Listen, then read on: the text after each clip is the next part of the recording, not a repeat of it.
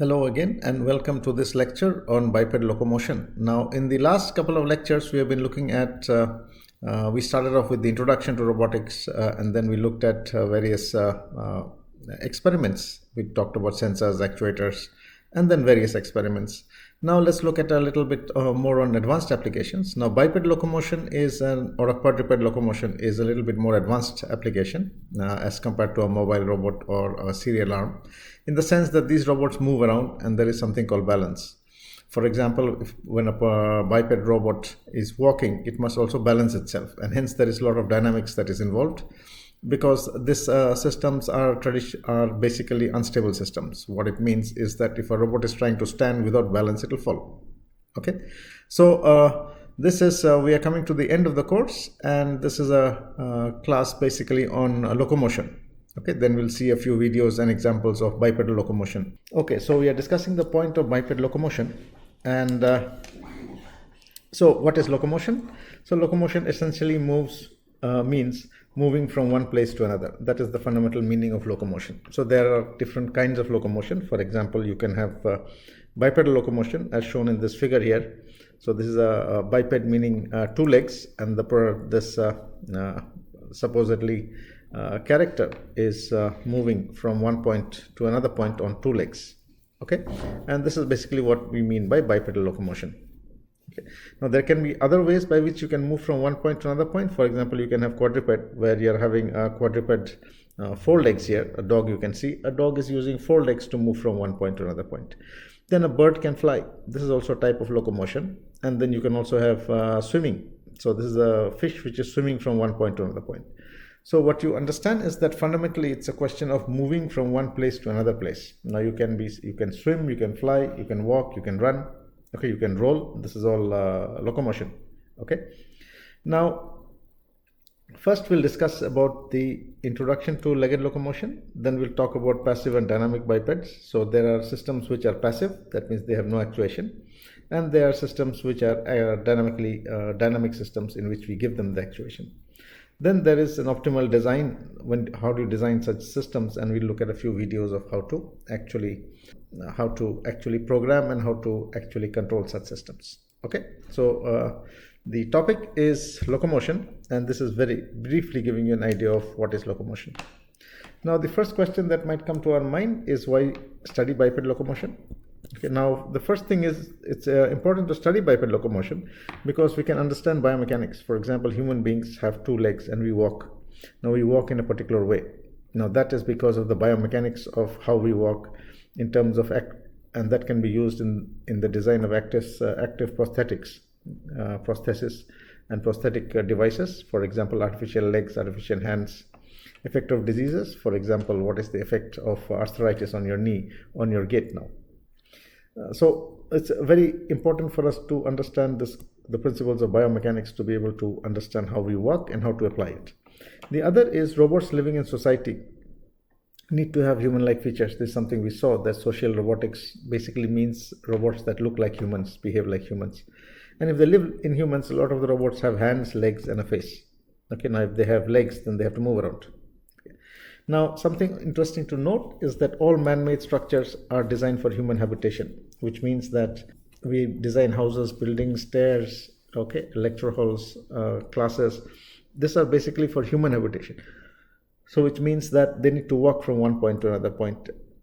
And the kind of structure, for example, a stair, it's important for the robot also to be able to climb a stair like a human being. Then, last but not the least, entertainment, movies, pets, robot-human cooperation. Okay, so here these are many applications of robotics where you see robots being used for entertainment, and there also they they behave like humans. For example, they move around, they walk, okay, they talk. So that gives us some idea of why it is important for us to study locomotion, especially biped locomotion. Now the other is something very interesting to note, is that biology prefers legs. Okay. All biological entities have legs, they have wings, tails for locomotion. For example, biological entities do not have wheels. Okay, so biological entities do not have wheels. Okay, so most of our locomotion devices like cars, bicycles, they have wheels. But if you look at biology, they do not have wheels. They have legs, wings, tails for locomotion. Okay, so biology does not prefer wheels. Now, legs, if you're wondering why that is the case, legs require more energy but are multifunctional. For example, you can sit down, you can walk, you can lie down.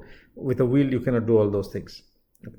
And very recently, there has been interest in legged locomotion, essentially because it is technically feasible, in the sense that maybe decades ago we did not have enough powerful actuators and controllers which can control so many degrees of freedom together, and hence we did not have biped locomotion.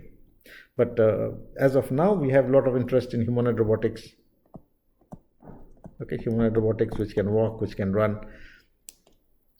Now, advantages of legs: they can walk over obstacles, they have less footprint, the body can be maintained at the same height, and they can perform different functions like climbing stairs, sitting down. Now, this one is important. The body should be maintained at the same height, which means that if you have eyes, okay, this is just a cartoon kind of figure. So when you're walking, if you ever wondered that when you're walking, okay, so when you're walking, you may go up and you may go down, but this has to be maintained. The eyes have to be maintained horizontal, otherwise you lose your sense of balance. Okay, so the eyes have to be maintained horizontal always, depending on how you're walking. Otherwise, what will happen is if you bend your head, you don't know whether the object in front of you has bent or you have bent. Okay, now this is something interesting, that the body can be maintained in the same height, which is required for our concept of or how are we relative to the world, relative to the structure of the world in front. Okay, what I mean here is that suppose you bend, you fall down, you don't know whether you have fallen down or the structure in front of you or the object in front of you has fallen down. Which one has gone? Because it is relative, right? That is what I mean by relative. Okay. Now, interesting also to note that the first robot that we had talked about, 1920, were Karl Kapek, depicting human-like mechanical robots, where he wrote his play depicting human-like mechanical men.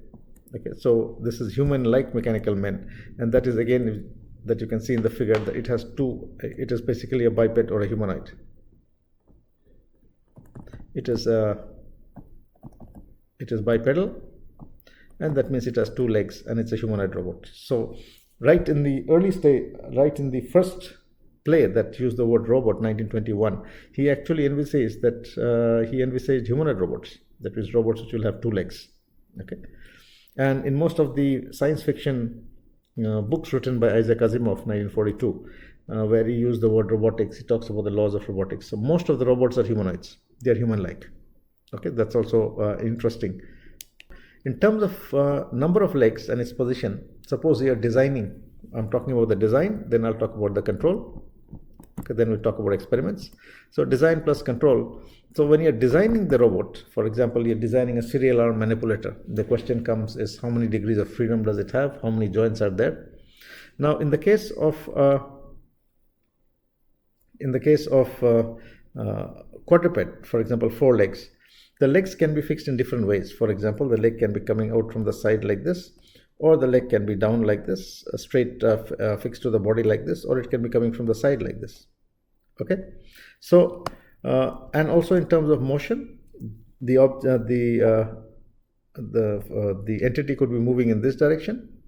Okay, in the case it is moving in the forward direction, right? For example, a dog moves in the forward direction, whereas it could be moving in the side direction. For example, a crab. If you have seen a crab, it moves sideways. Okay, so a dog would move this side. But a crab is moving sideways now. They all have 4 legs, but they move differently. Now, in the case of a mammal, you can see that the legs are coming down straight from the body like that. Whereas in the case of a reptile, the legs are pointed sideways like this. Okay. Now, if you've ever wondered why, now if you look at the shape of the legs and how they are attached, as I was just talking, that in the case of the mammal, the legs are down like this. Okay, they are attached straight.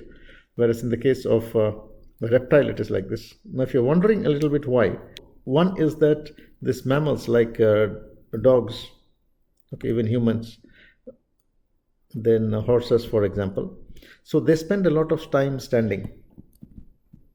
Okay, now, if you're standing, what is happening is that the force that is coming down, mg, is shared by the legs. So if there's a force acting there, it will come straight through the legs and go into the ground. Okay, I hope you can You can visualize that. Whereas in the case of a reptile, now if you see, there is an mg here. Because the legs are stretched out like this, what is happening, this distance has gone up more. So they will require a torque in there to maintain. So there is a force acting here. So let me draw it again. So in the case of the reptile here, or in the top figure, I can show it here. It's more clear here. So in the case of the human beings, there are two legs like this. There is a force mg which is coming in. So this force is divided by, I can say mg by 2, and it comes straight down and goes into the ground here. Okay. Whereas in the case of a reptile, which is shown in here, whatever is the mg, you will need a corresponding torque here also.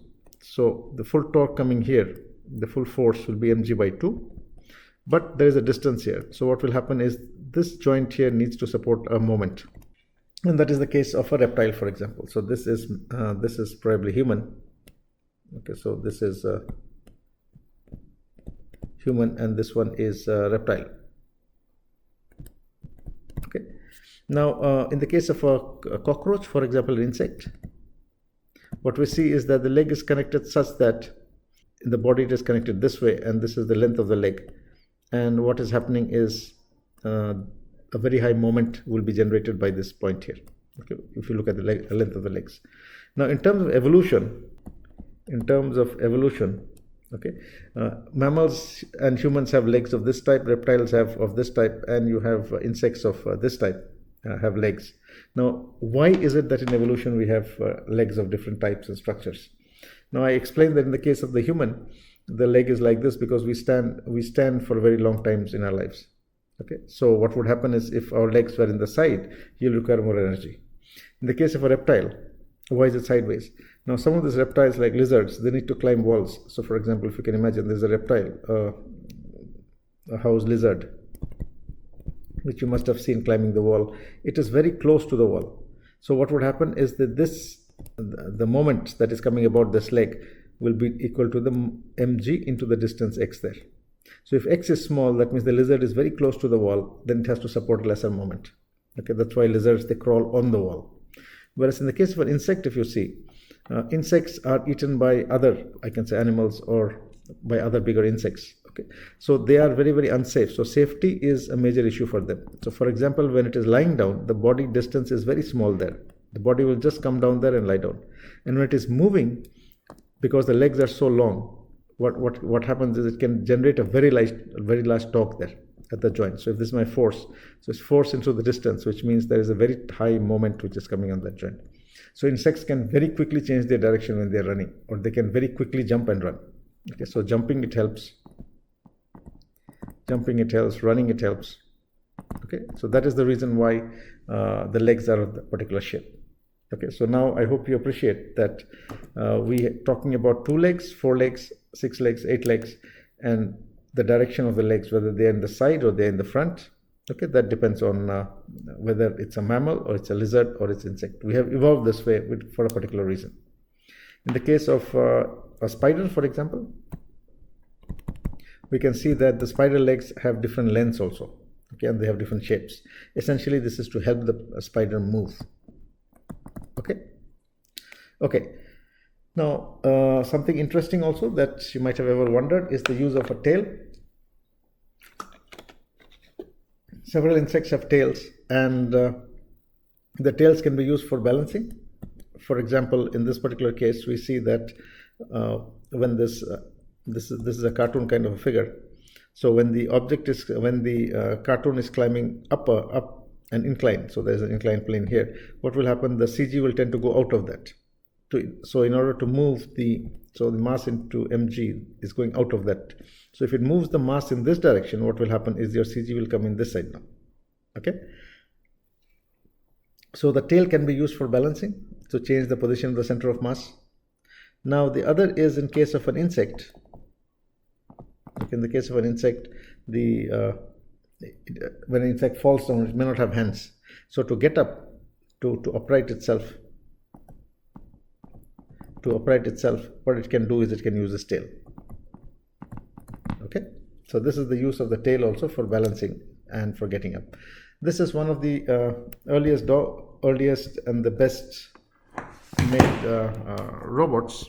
This was made by Boston Dynamics, and it was used basically for the army, for moving heavy loads from position to position. Okay, so this is Boston Dynamics, one of the earliest robots that was made. This is another one which is here. So let's just play it and have a look.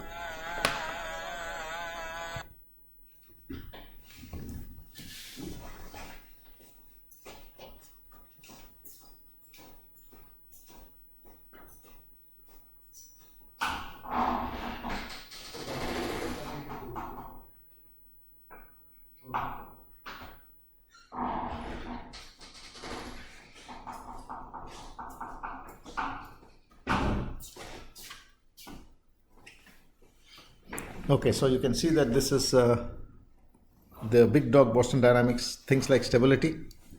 So when the robot is subjected to a disturbance, it should not fall down. That's a very unkind thing to do, but it should not fall down. And this is what it is showing. Okay, concepts of balance, concepts of stability. Okay, so this is a quadruped, one of the best and the most powerful quadrupeds built.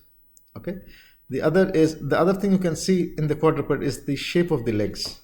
If you're noticing very carefully, if this is my quadruped, then the shape of the legs are like this. Okay, and now you can imagine why it is like that. It almost looks like there are two humans on two sides. Okay, now that is basically for stability of the system. Okay, because it is going in the kind of environment which can make it unstable very, very quickly. This is again by Boston Dynamics, Atlas. So this robot was developed. A bipedal robot was used. It can walk outside. It has a LiDAR in front. It has vision system where it can generate a map of the world and it can move from one point to another point. Walking on snow again is very, very unstable. Why? Because very slippery and the robot has to balance itself properly. Okay. So this is another case where the robot has been built. It can balance itself properly. So not only do we have to worry about robot control, we have to talk about the dynamics and talk about the balance. Okay, let's proceed. Now, what is gait? Gait is the pattern of foot placement. Okay, so gait is called the pattern of foot placement, and what that is essentially if a foot. Let's take the example of a quadruped. Okay, let's take the example of a quadruped here. So there are four legs, 1, 2, 3, and 4. So these are called the front. If this is the front side, let's say this is the front side. Okay, so this is my left foot on the front side, and this is the right foot on the front side, and this is the on the left side is the rear leg, and is the right side is the rear leg. There are four legs. Now, in order to balance this, how will it balance? In order to balance it, we have to ensure that if these three legs are on the ground, then what will happen? The projection of the center of gravity will be in that triangle, inside the triangle. Okay, suppose these three legs are on the ground and one leg is in air. So in that case, the center of gravity projection will be on this triangle, and this is called the foot support triangle. Now, as long as it is inside, it is balanced. That we know. For example, if you have an object which is like this, okay, this is my projection of the CG. I can rotate, I can turn it like this, and as long as the center of gravity doesn't come off this side, it is not going to fall. Okay, it may fall, it will come back that side. Okay, that is from the balance point of view, static balance. So in the case of a dog, for example, when it is walking, one way of walking could be that it will always have 3 feet on the ground. And then what it will do, it will have 1 foot on the ground. Then it will alternate. Then it will have the rear foot on the ground and the front foot on the ground, and the rear leg goes up. So the pattern of foot placement, or rather which foot is on ground or in air. This is what is basically what is given by the gait diagram or the foot placement diagram. Now, in the case of let's say a dog, what is the objective? It is to go forward. So it means that the whole objective of this putting the foot on the ground or in air, especially when it is on air, is to move the body forward, okay, and not lose balance. I hope you're following what I'm trying to say, is that the robot has to move forward, and at the same time it should not fall. Now, it will not fall as long as the projection of the center of gravity is in the foot support triangle, and these 3 legs are on the ground. Okay? If it comes outside, it will immediately fall. Okay, that is the meaning of balance. And when the leg is taken up in air, what happens is the body is moved forward. That's how the body moves in the forward direction. Okay. So the process by which it does that is called the gate diagram. Now there could be different ways by which it can be done. For example, you can have 3 legs on the ground. You can also have 2 legs on the ground. Okay. Now this is a gate diagram. This is called a gate diagram. And what it looks like is like this. You can look at the gate diagram here. Okay. So here what we are seeing is that these are the legs on the ground, which is marked as black. Okay. So at this instant is T1, this instant is T2, this is T3, this is T4. So at instant T1 there are 2 legs which are on the ground. So T1 and so the one on the right forward leg and the back leg is on the ground. So this is on the ground at T1 and that is on the ground. This is in air, that is in air. Okay. The next instant what happens is all the 4 legs come on the ground. That is shown at T2. Then it alternates. These 2 legs come on ground and those 2 go in air. Okay, that we can see. Right? Then all 4 come on the ground. So all 4 on ground, all 4 on ground. Then again 2 in air, 2 in ground. So it is 2 in air, then 4 on ground. That is called where we switch the legs, and then there is 2 in air again. So it continues repeating this cycle. Okay. So once it repeats this cycle, it generates what is called a gate diagram. And this is basically what is called a gate diagram. Okay. Okay. So this is what we basically mean by a gate diagram. And in the case I just explained that either you put 3 legs on the ground, 1 leg in air. So in that case, I can draw a gate diagram like this. So I have my T1, and in T1 this is my T2, that's my T3. So I put all this. I put here. I have 3 legs on ground. In the figure I have drawn the left. So this is my one of the legs are on the ground. So this is my right forward. It's on the ground. Then my left is on the ground and right rear is on the ground. Okay, and this one is in air. The next all 4 are on the ground. Then I can take out one and say this, and this are on the ground. Okay, so we can do it this way. So in this particular case, 3 legs are on the ground, then 4 legs, 3 legs. So 3, 4, 3, 4 is going that way. Or it could be 2, 4, 2, 4, 2, 4. Now if it is running, you can have different gates also. You can have a running gate. Okay. Now this is an example of a hexaped where it has 6 legs. Okay. Now in the case of the 6th leg, it can be the 3 legs are on the ground as shown here. There is 1 leg here, 1 leg here, and 1 leg here. And this is my support polygon, which is called the support polygon. So the center of the projection of center of mass comes in the support polygon. So it's 3, 6, 3, 6. Okay. Now there is another term which is used in the case of static balance, and that's for stability margin. So the projection of the center of mass is here. If I see the top view of that, that's coming here. Center of the projection of mass is here. So the distance of this projection from the sides D1, D2, D3 is the stability margin, which means that if this were to go outside, what will happen? It will immediately fall. It will become unstable. So a parameter which ensures that this point, projection point, is inside the foot support polygon is this distance D1, D2, D3. Okay. And in terms of the body motion, again, body is moving in this direction. So the distance D1 and D2 are also parameters which indicate how stable the system is. Okay. These are some gate diagrams which are possible. Okay. So the legs can cycle such as 1, 2, 4, 3. Okay. Which leg is in air can be numbered this way. So this is also a gate diagram. Okay. Okay. Now that is for a quadruped. This is for a hexaped. Okay. In the case of a hexaped, there are 6 legs, and this is the way it is. Okay. Okay. Now in case of running gate, it can go sideways also. Jumping gate, it can go only in front. So this is a jumping gate, for example. The front legs are in air, then 4 legs are on ground. Okay. And then 2 legs are in air again. So this is a different kinds of gate diagram that is there. Now in terms of control, now we are talking in terms of the experiment and control of biped locomotion. So we have 4 legs, and what we do is we put our base at the center of the robot. That's my base, which is called 0, 0, 0. We can call it 0, 0, 0. And now I can put a global which is here, and I can compute this vector from there to there. Okay, I can compute that vector G to B, the transformation G to B. Okay, that is the vector that I need to know. When the robot is moving, what will happen? This will change. Now, as far as the robot is considered, the the base of the robot is here, and with respect to the base, I can compute each of this like a serial arm. Okay, I hope you're following. So as far as the base is considered, the base is for this arm, it is considered for this leg rather, it is behaving like a serial arm only. Okay, and whenever leg goes in air, for example, this leg as shown here, it can have a trajectory like that. That means the leg is going up, round like this and coming in front. So in this gate, for example, in this particular kind of gate, if I say it's a 3-4-3 gate, okay, that means at any instant, either 4 legs are on the ground or 1 leg is in air only, okay, and the body moves forward. And how does the leg move forward? You can very easily compute this cubic polynomial trajectory here and make it go forward. So essentially, this is behaving like an arm. Okay, this is the base of the arm which is not moving. This is the arm, and the end of the arm is moving like this. Okay, so this is what I mean by we can do the forward kinematics and the inverse kinematics of this. Okay, and as the leg is going in air, the robot is moving forward a little bit.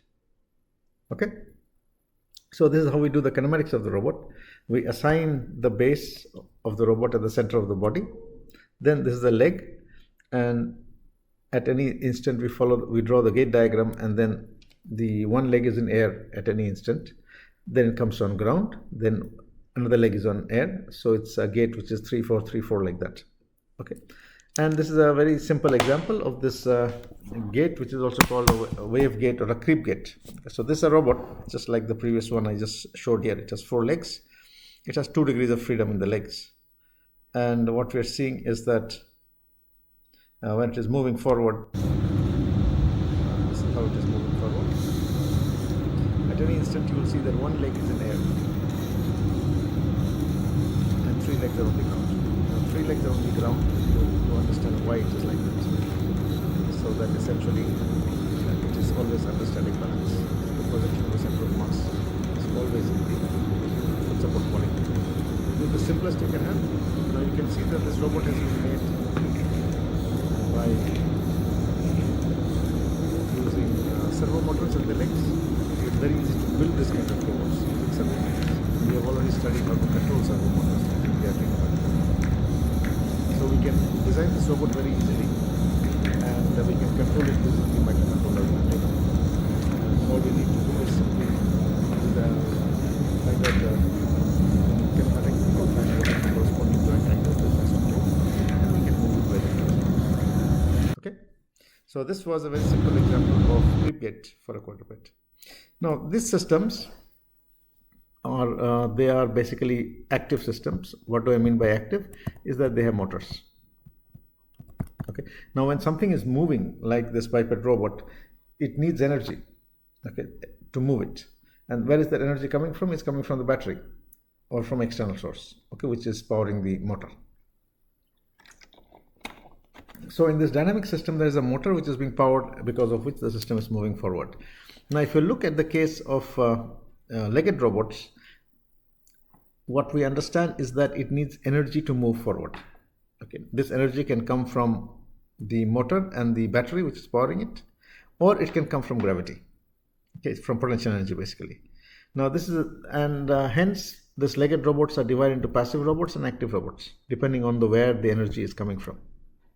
For example, in the case of an active robot, as we just saw, this is an active biped. So in this active biped, it basically walks, and the energy for this comes from the motor which is mounted at the joints. So these are all servo motors which are there, and there's a battery in there which is powering microcontroller and a battery which is powering the motors. So the energy is coming from the battery, and it is active in the sense that it has motors to move the joints. In this case, if you see, it's a passive biped. There are no motors, and it simply walks down taking the help of gravity. Now how is that? Now let's look at the case of a wheel. So if you look at the case of the wheel which is shown here, okay, so this is a wheel. Now the projection of this, if I let me draw it this way. So this is a wheel here, and this is my ground. So this is my projection of mg. Okay, so that's my mg projection. Okay, now the point of contact of the wheel and the ground is here, and the projection of the center of gravity is passing through that point. So there is no resultant moment there. So there is no moment there. which will move this wheel. Okay, so when you keep a wheel on a flat surface, it will not move unless you push it, of course. And why doesn't it move? Because there is no moment at that point. Why will it move? Because the projection of center of gravity is passing through the contact point. Whereas if you see the wheel here, okay, here, what we see on the left side is that the projection of the center of gravity is passing through this point, whereas the contact point is there now. Okay, so this is an inclined surface. So let's say there's an angle theta there now. So the projection of mg is passing through this point, and the contact point is behind it, is there. So what is happening is that about the contact point here, if this is my force mg, so mg into that distance, moment is coming into picture. Mg into x is coming. Okay. So what is happening about this point, there is a moment which is in this direction, and because of this moment, the wheel will start rotating. And that is the reason why if you keep a wheel on an inclined surface, it will start rolling down. So wheel will start rolling. Why does it roll? Because there is a moment at that. There's a moment acting at the point of contact. Okay, and that is happening because the projection of the center of mass is not going through the contact point. Okay. Now, if I design a robot similar to that, I have two legs, and I suppose I say that this is a wheel, and in this wheel, this is the center of the wheel, and these are two spokes of the wheel. So if I say this is the wheel, and I have one leg here, another leg there. Okay, this is the two legs of the wheel, similar to here. Now, if I design the legs to be like this, okay, and if there is a revolute joint there, what will happen is, and if I put it in an inclined surface, what will happen is the same principle, it will tend to roll down. Okay, so exactly the same principle is used here, and this is a passive walker. So such walkers are called passive walkers, and they can walk down without any energy. This has two legs, it has a revolute joint in the center, and the legs are semicircular. So the legs, if you see the side of the leg, it is semicircular in two directions. So it is exactly similar to a wheel that I had just shown. So if I cut the wheel here and cut the wheel here, the leg is like this. In this case, the leg is like that. So it's like a wheel which is rotating down, and there is an axis at the center, which is the revolute axis. So these are examples of passive walkers. You can see that whiteboard is inclined. Okay, the surface of that on which it is inclined. So what we see is legs are rotating about the hip joint, and it is moving down. Okay, this is another example. This is a toy, very interesting toy called TikTok or Tok Tok, right? So what we see here is that if you look at the shape of the legs, the shape of the leg is like this, and there are two weights which are on two sides. So there is a moment about this point on this side or that side. So it is walking on an inclined ground. How does it walk on the inclined ground? See, it's very, very interesting to understand the dynamics of this. Okay, so it is moving from side to side. The legs have a curved surface. Okay, so it is moving forward on an inclined surface. Okay, this is called tuk tuk. It's very interesting. You can make it by yourself, and you can see that how it is moving. Okay. Now, this is an example of a passive walker. These two are passive walkers. This is also a passive walker. Now, we can take the example of, so this is another passive walker which is getting its energy from a spring. So this is one of the earliest, what we call a hopper. So this was built somewhere at MIT called the hopping robot.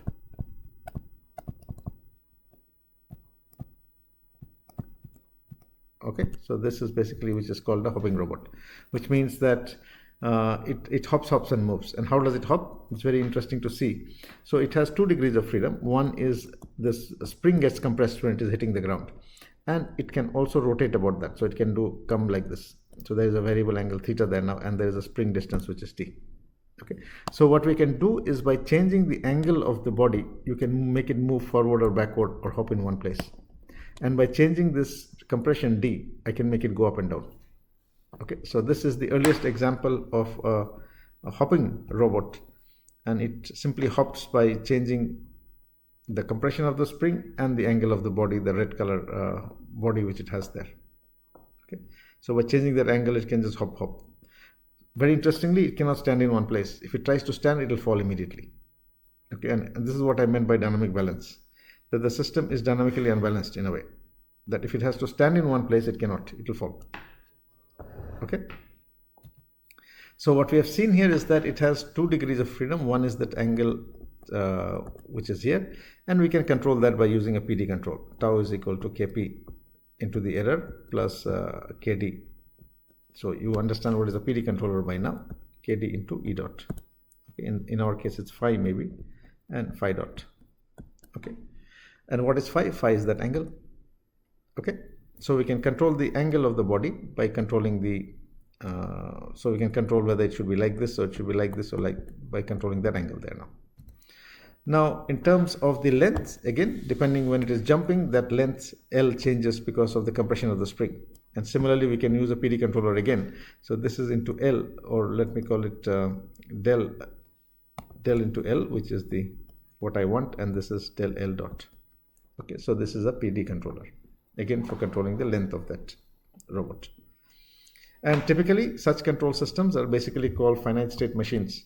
What does that mean? The robot is in flight, then it's in landing, then it's in heel contact, then it's in toe contact, and then it's unloading phase, and it's in flight phase. So what we have seen is this robot here. Okay, so it is, when it's in flight phase, there is no contact. The moment it hits the ground, what happens? The spring compresses, and then it takes off again, and then it's in flight phase. So it is like it is going into this phase, and hence it's called a finite state machine. At any point, it's in a particular state. So either there is no contact, or there is contact and compression. Okay. Now one of the famous bipeds robot that was made was Asimo, made by Honda in the year 2000. This can walk around. This has vision, speech recognition, and it can also climb stairs. It can run very slowly. Now and this is 2000, and the most common is of course, and the most advanced is of course Atlas. Atlas is something I had just shown. So Atlas is probably the most advanced robot now, and it can pick up objects. Okay, so this show you an example of picking up an object by itself. Okay, and if the person is moving it, the person can again go and pick it up.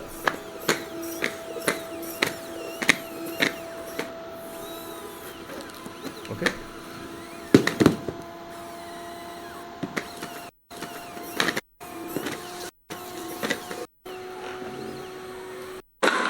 Now look at this in terms of stability.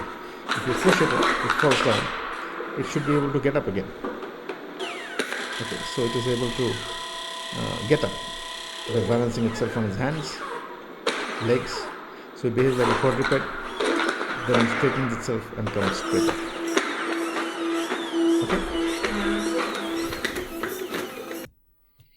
Okay, now next we move on to balance in terms of a legged locomotion system. How does it move forward? So if you look at our body structure, we can divide it into 2 planes, or rather we can look at the body. For example, this is a person who's there, and you can look at this person in 3 directions. One is if you look in the front side, from the front, then you see the projection on the frontal plane, and this plane is called the frontal plane. That means on the frontal plane you will see the person from the front side. If you see the person from the side, that is basically what we call with the sagittal plane or lateral plane. So this is my lateral plane, frontal plane, lateral plane, and if I see the person from the top, we see the person projection on the transverse plane, which is this one. So the projection can be made on 3 planes. So if I see this person, if I just draw the person in front direction, then I would draw the person something like this probably. Okay, so these are the hands, this is the body, and these are 2 legs. That's my frontal plane. If I see the person from the side, then I'll probably see the body like this, the shoulder, the hands I can't see, and then you can probably see the leg like this. Okay, so this is the side plane. And if I see the plane from the person from the top, from the top I can just see the head. Okay, and I can see the 2 hands, and I probably cannot see anything else. So this is my frontal plane, this is my lateral plane, and that's my sorry, this is not the frontal plane, that's the transverse plane, lateral plane, and this is the frontal plane. I hope you understand what I'm saying. Okay, so based on that, basically what we do is we define the gait of biped. Now in terms of balance, what we see is that when the biped is walking, it bends on one side, okay, to bring the the center of pressure onto the foot on the ground. Then it goes on one front. So let's look at it this way. So this is the front view, this is the lateral view. So in the front view, both the legs are on the ground. It is bending on one side. You can see that it is bending on this side. So what it is doing, it is bringing the center of pressure onto the leg on the ground. Then it's taking up that foot and taking it forward. Okay. Then it is going on two leg stance. So it is one leg, two leg, one leg, two leg, one leg. That's the human gait. Okay. If I see it from the side on the lateral plane, then both the legs are on the ground, if you can imagine. Now one leg, it is bent on one side. Now one leg is going up like this and the body is moving forward. That's how we move forward. When you're on one leg, you move the body and the leg forward, and then comes to two leg stance, and then becomes one leg, two leg, like that. Okay, and this is basically what is called gait. Now if you look at, this is a very simple video. Okay, so this is the frontal plane. You can see that the body is moving from side to side. That black dot is called the zero movement point. I'll just explain what that means. Okay, so this is my frontal plane. Now this is the side plane. Okay, this figure is the side plane. So the rear leg is going forward and the body is going forward. That's how we move forward. So whenever we are on one leg, we take up one leg essentially to move the body forward. Okay, and this is the motion in the two legs, in the two planes, frontal and side plane. So this is frontal plane, this is lateral plane. Now if I look in 3D, then what will happen is you'll see the object in 3D. So it is moving in all the three planes actually. And we are basically trying to control that point, which is called the zero movement point, or that's how we maintain balance. Now, how do we derive that point? Okay, what does it mean? Now it basically means that when we talk of a static system, we can talk about the CG, center of mass. We talk about the CG of a static system. But for a dynamic system, which is moving, for example, this, then we don't talk in terms of CG, but we talk in terms of the zero movement point. And what we do that is, how do we do that is, we convert this dynamic problem into a static problem by applying the D'Alembert's principle. So D'Alembert's principle, we apply an equal and opposite force and assume that at that instant it is stationary. Okay, and then convert a dynamic problem into a static problem and then do the analysis. So what we see is that suppose this is the foot on the ground and this is the leg in air. This fellow is in air, that is on ground. Then what we can see is we can consider these joints to be, or the links to be, lump masses. So everyone there has a mass M1, M2, M3, M4, like that. Okay. Now because of this masses, and because gravity is down, pulling it down, so that's my gravity G, what would happen is that the forces mg will be acting this way for all the masses. Okay. So for all the masses, mg will be acting downward, and because there is this is the contact point, or this foot is on the ground, there will be a resultant at that point. So all the masses combined will cause a resultant in there, all the masses together, and it will be balanced by a force from the ground, as per Newton's third law. Okay, so that means the forces are balanced now. Whatever is the downward force, there will be an equal and opposite upward force at the contact point, and this force and this force will be balanced. But if you look at the moments now, okay, so this is my force equation. This force is because of mg, and this force is because of mass into acceleration. So any of this fellow will be subjected to an acceleration and a gravity force. Okay, so a mass will be subjected to the acceleration force in a particular direction, and the gravitational force, gravity force, which is pulling it down. So the resultant will be mg minus ma. Okay, that's the force acting on the mass now. One is because of the inertia, because it is being accelerated in a particular direction. The other is because of gravity. Okay, now forces do not cause a problem because there will be an equal and opposite reaction from the ground and it will be balanced. Whereas if you take the moment now, okay, now if I consider the moments, so this is the foot on the ground and this is the mass here. So this mass is being pulled down like that, and there is a distance there. So this is this force mg and ma, both are there. Okay, so into the distance from that point will generate a moment now. Okay, and this is my moment equation. Okay, so the moment because of the distance between the mass mg and the contact point, and the moment due to the acceleration of the mass in a particular direction. Okay, so when I see the when I equate them, this is the mass equation and this is the moment equation. Sorry, this is the force equation. Okay, the forces are balanced, and this is the moment equation. Okay. Now, if you look at the moment equation, what we see is that the moment acting is mg zg, that is the distance from the mass m and the contact point into mg, minus this into the inertia forces, mass into acceleration. Okay, and if I see this minus that, that is the force acting at the foot, and if I divide this by mg, what I get is pz, or it is like, let me explain it this way. So on the foot, if this is my foot, okay, let me say that's my ankle, this is the ankle joint, okay, that's my foot. So what we are saying is that there is going to be a force coming from the top, and there'll be a resultant force there, which is here. Okay, so these forces are going to be balanced, will balance one another, so there is no problem. But there is also a moment now. Okay. Now what we see is that because of this moment, this force into that distance will cause a moment now about this point now. Okay, so there will be a moment like this, and there is a moment which is acting because of the masses, which is in this side now. Okay, now if this moment is equal to that moment, then the system is balanced. Now if there is a resultant moment, it means that it will fall in that direction. So what we are talking in terms of balance is that if there is a resultant moment in any direction, it is going to fall in that direction. Okay, so there are two moments. One is because of this, because of all the masses that are there, they will cause a moment about that point, and because there is a force there, this force into that distance will cause a moment also, and these two have to be balanced, otherwise it is going to fall. Okay, so this is so this point is basically called the zero moment point. In short, is called the zero moment point, ZMP. Okay, so in the case of dynamic balance, we don't say center of gravity, we call it the zero moment point. Okay, and this is basically what we are seeing. So in three-dimensional walk, the leg on the ground, that small black dot you can see, that is the zero moment point, and it is moving from leg to leg, and it stays on the leg on the ground, then moves to the other leg and keeps doing that. Okay, so that point is called the zero moment point now. Interestingly, if you see that in our legs also, when we walk, we also have to keep the zero moment point on the foot on the ground. If the zero moment point goes out of that, it will immediately fall. I've also shown how it is calculated.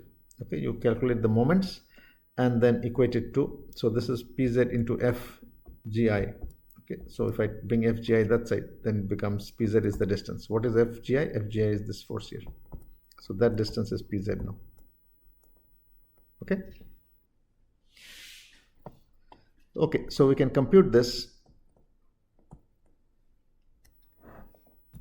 and we can also track when it's walking. So the point here is that if you have to keep the foot, the zero moment point on the foot on the ground, you have to do the inverse kinematics properly. So you have to do the gate and the inverse kinematic solution such that zero moment point is inside the foot parameter, the foot size. Okay. Okay, it cannot go out of the foot support, foot size or foot support. And when it is standing on both the feet, so we have seen that it also stands on both the feet. So in that case, it is in between the 2 feet. Okay. In the human legs also, it's very interesting that when we walk also, the zero moment point actually travels along our feet. So it starts from here, then the zero moment point travels like this, goes to the big foot, big toe rather, and then goes to the other foot. So that's my other foot. Okay, so when we are walking, we are on one leg, two leg, one leg, two leg. So the leg on the ground supports the zero moment point. It is here. Then it goes like this, goes to the toe and goes to the other foot. Okay, and that is very interesting. Why is it interesting? It's interesting because if you watch the sole of your feet, if you see the sole of your feet, there is no mass in here. Okay, there's nothing there, and these fingers are very small.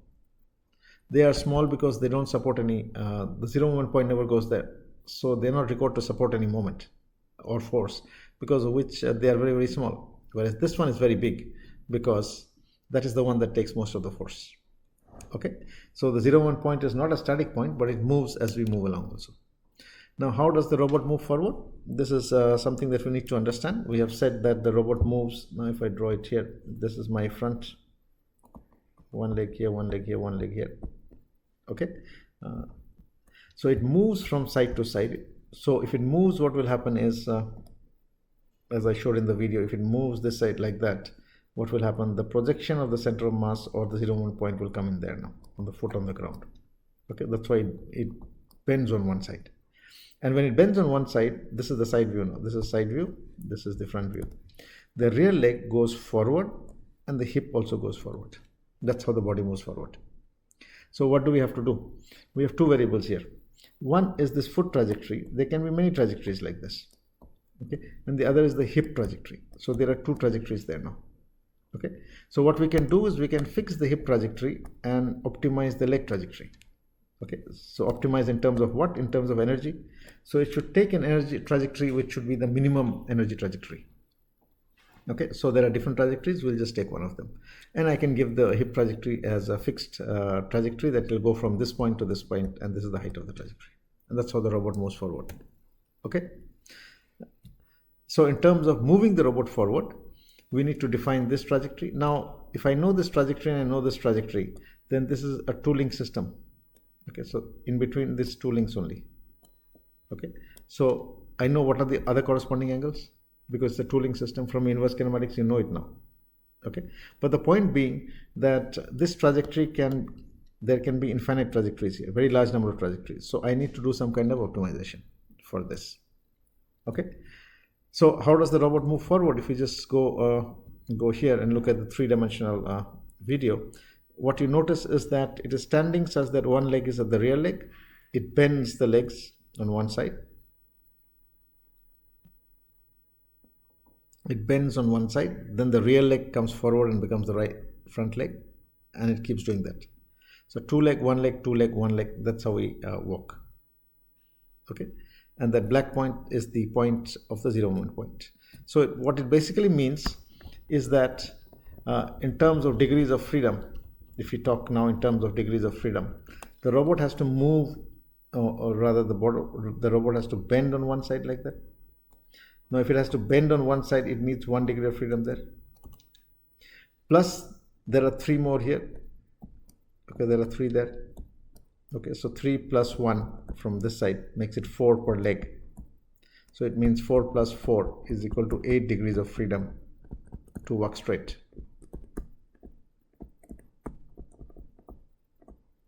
Okay, so if you want to walk straight, not turning, you need 8 degrees of freedom, 4 on one leg.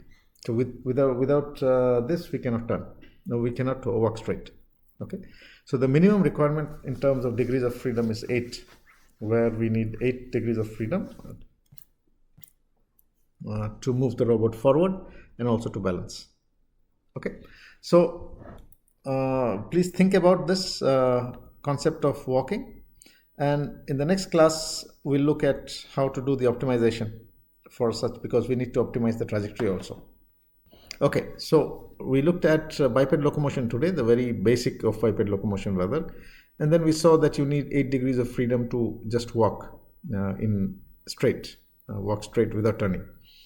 And I explained that how would you do the kinematics for such a system, and we also explained the concept of balance. We talked about the 0 movement point, where the 0 movement point has to be on the foot on the ground when one leg is in air.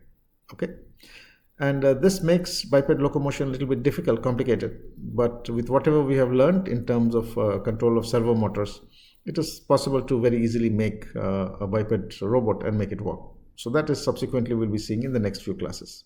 Okay, thank you. We'll stop today.